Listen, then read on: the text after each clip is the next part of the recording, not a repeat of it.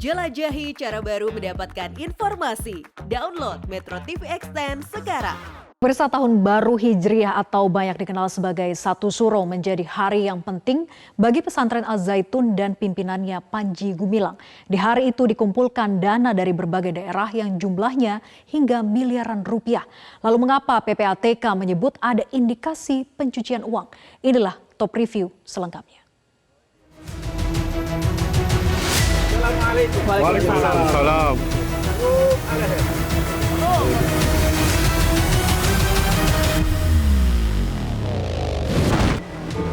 Inilah momen peringatan Satu Suro atau 1 Muharram 1445 Hijriah di pesantren Al-Zaitun Indramayu, Jawa Barat. Tampak sejumlah tokoh hadir, diantaranya pengamat militer dan pertahanan Koni Rahakundini Bakri, juga tampak hadir aktivis Yahudi Monique Richkers yang datang mengenakan baju bintang Daud. Meski mendapat undangan, pengamat militer dan pertahanan Koni Rahakundini Bakri mengaku sebelumnya tidak kenal pimpinan Al-Zaitun Panji Gumilang. Kehadirannya karena tertarik dengan rencana Al-Zaitun membangun kapal. Saya tuh nggak pernah kenal Pak Panji Gumilang, nggak pernah tahu juga Pak Panji Gumilang. Al-Zaitun saya dengar namanya sudah lama, dari 20-an tahun lalu disebut-sebut bermasalah, tapi nggak pernah bermasalah gitu kan. Makanya kita dukung untuk pernyataan Pak Sigit kalau memang sudah mau diproses dan dibuktikan, daripada ngambang terus statusnya. Tapi sebelum saya mulai, jadi saya itu waktu dapat surat, bukan surat, saya baca koran, ada kapal mau dibuat sebesar kapal Nabi Nuh, di berita-berita, saya kaget kan, ini siapa sih? Apalagi dibilang kapal itu akan jadi nama saya. Terus terang, menurut saya nggak sopan gitu, orang memberi nama kapal tanpa izin atau memberi nama saya untuk gedung juga tanpa izin, ya saya pasti nggak berkenan.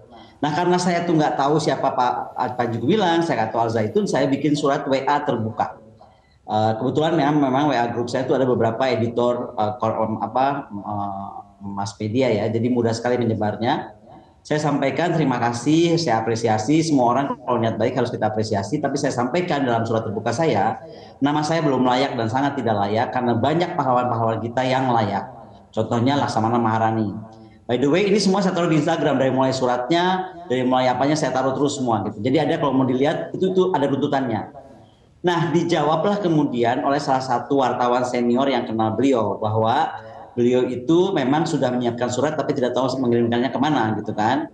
Dikirimkanlah suratnya tersebut ke kediaman saya setelah saya tekskan kepada wartawan tersebut. Maka kemudian saya membaca suratnya, di suratnya itu dinyatakan bahwa saya diundang untuk hadir ke Al-Zaitun untuk Satu Suro, acara Satu Suro. Mengenai asal dana untuk membangun galangan kapal, Koni mengaku tidak menanyakan karena itu bukan concern dirinya. Jadi begini, saya itu nggak ingin tahu uangnya. Sekali lagi ya, makanya ini beda banget nih. Jangan saya dipaksa untuk jadi gini. Saya tahu diri saya siapa, keahlian saya apa. Kalaupun dia terangin, saya mau ngerti apa. Saya udah baca berita kok. Kalau kata Pak Mahfud ada 265 akun, ya sudah, itu aja diproses oleh perbankan. Itu bukan urusan saya. Yang saya tanya, yang kaitannya kapal. Misalnya, saya tanya, ini kerennya dari mana? Saya kan sebego-begonya saya tuh orang industri pertahanan lah. Saya tahu lah, itu mahal bener semua peralatan di sana untuk di galangan. Ternyata itu semua mandiri. Dari mulai kren terbesar sampai semua supporting itu sendiri dimiliki Al-Zaitun. Yang lebih menarik, beliau menerangkan, Bu Koni sampai paku pun, besi paku-paku besar itu kami nggak ambil dari Cina, padahal kami saja murah, tapi kami produksi sendiri. Momen Satu Suro ini juga dihadiri para wali santri. Di akhir acara, panitia mengumumkan pengumpulan dana sedekah bagi seluruh peserta yang hadir. Hadirin, selanjutnya kami umumkan bagi hadirin yang hendak bersedekah dapat menuju tempat yang sudah disediakan, yaitu sebelah barat Masjid Rahmatan Lil Alamin. Mantan orang tua dalam pesantren Al-Zaitun membenarkan bahwa peringatan Satu Suro memang jadi pengumpulan dana dari berbagai wilayah. Bahkan dalam pengumpulan dana ini ada yang disebut dengan lempar jumroh. Ya utamanya itu untuk mengumpulkan dana ya, galang dana besar-besaran dari setiap koordinator wilayah, dan itu diumumkan sampai dalam beberapa jam itu terkumpul beberapa miliar gitu. Itu dari beberapa wilayah, seluruh KW 9 sudah mempersiapkannya beberapa hari sebelum keberangkatan ke sana. Jadi masing-masing memasukkan jumlah infak yang sudah ditargetkan sebagaimana yang di YouTube itu. Setiap Satu Suro ada pengumpulan dana karena setiap Satu Suro itu dari wilayah-wilayah itu akan datang semua.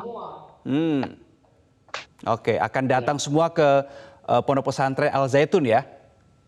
Betul, karena Al Zaitun itu sentral, jadi sentral atau ibu kota NII di sana. Oke, baik. Selama 9 tahun 8 bulan ini apakah peringatan momen satu suro selalu diadakan seperti yang dikatakan di Masjid Rahmatan lil Alamin itu? Iya betul, selalu diadakan di Masjid Rahmatan lil Alamin. Sukanto, mantan anggota NII yang mendirikan NII Crisis Center, menyebut berdasarkan penelitiannya, dana dari anggota NII terus masuk ke Al Zaitun. Jumlahnya sangat besar. Penelitian kami bahwa sudah bisa dibuktikan semua dana yang masuk ke Al Zaitun dari kalangan Gerakan Bawah Tanah Negara Islam Indonesia. Ya memang tidak masuk ke dalam rekening Yayasan Al Zaitun atau Yayasan Pesantren Indonesia ya, tapi semuanya ini masuk ke dalam jejaring-jejaring organisatoris kalangan-kalangan pimpinan NII yang juga menjadi kalangan pimpinan-pimpinan Al Zaitun, misalnya kalangan eksponen maupun Panji Gumilang sebagai pemimpin. Sejak 91 kami sudah bisa membuktikan bahwa itu hingga hari ini program pendanaan masih mengalir ke Al Zaitun dari kalangan kelompok-kelompok NII yang bergerak di bawah tanah. Mengenai penggunaan dana yang masuk ke Al Zaitun, Polri dan Pusat Pelaporan dan Analisis Transaksi Keuangan atau PPATK menyebut ada indikasi tindak pidana pencucian uang. Hasil analisis yang dilakukan oleh PPATK tentu ada indikasi tindak pidana pencucian uangnya. Karena dari proses analisis yang dilakukan itu kita menemukan indikasi-indikasi terkait tindak pidana pencucian uang. Dan bila tidak ada indikasi maka itu disimpan pada database yang ada di PPATK. Jadi jelas bahwa apa yang kami sampaikan kepada penyidik ada indikasi tindak pidana pencucian uangnya. Di pasal 2 Undang-Undang Nomor 8 Tahun 2010 tentang pencegahan dan pemberantasan tindak pidana pencucian uang ada 26 ya tindak pidana asal. Bahwa bermula dari LHA atau laporan hasil analisa dari PPATK yang diberikan kepada Polri, diduga adanya dugaan tindak pidana yang dilakukan oleh saudara PG, yang mana dilihat dari polanya ditemukan unsur TPPU atau money laundering, tindak pidana korupsi, dan tindak pidana penggelapan. Bareskrim Polri dalam hal ini, Direktorat Tindak Pidana Eksus, akan meminta keterangan informasi dari ahli PPATK, ahli korporasi, dan ahli lainnya. Aparat sudah mengungkap indikasi dan publik menunggu untuk membuka kasusnya secara terang benderang. Jika tidak dituntaskan, pesantren Al Zaitun akan terus menjadi kontroversi yang menyita energi bangsa. Tim Liputan Metro TV.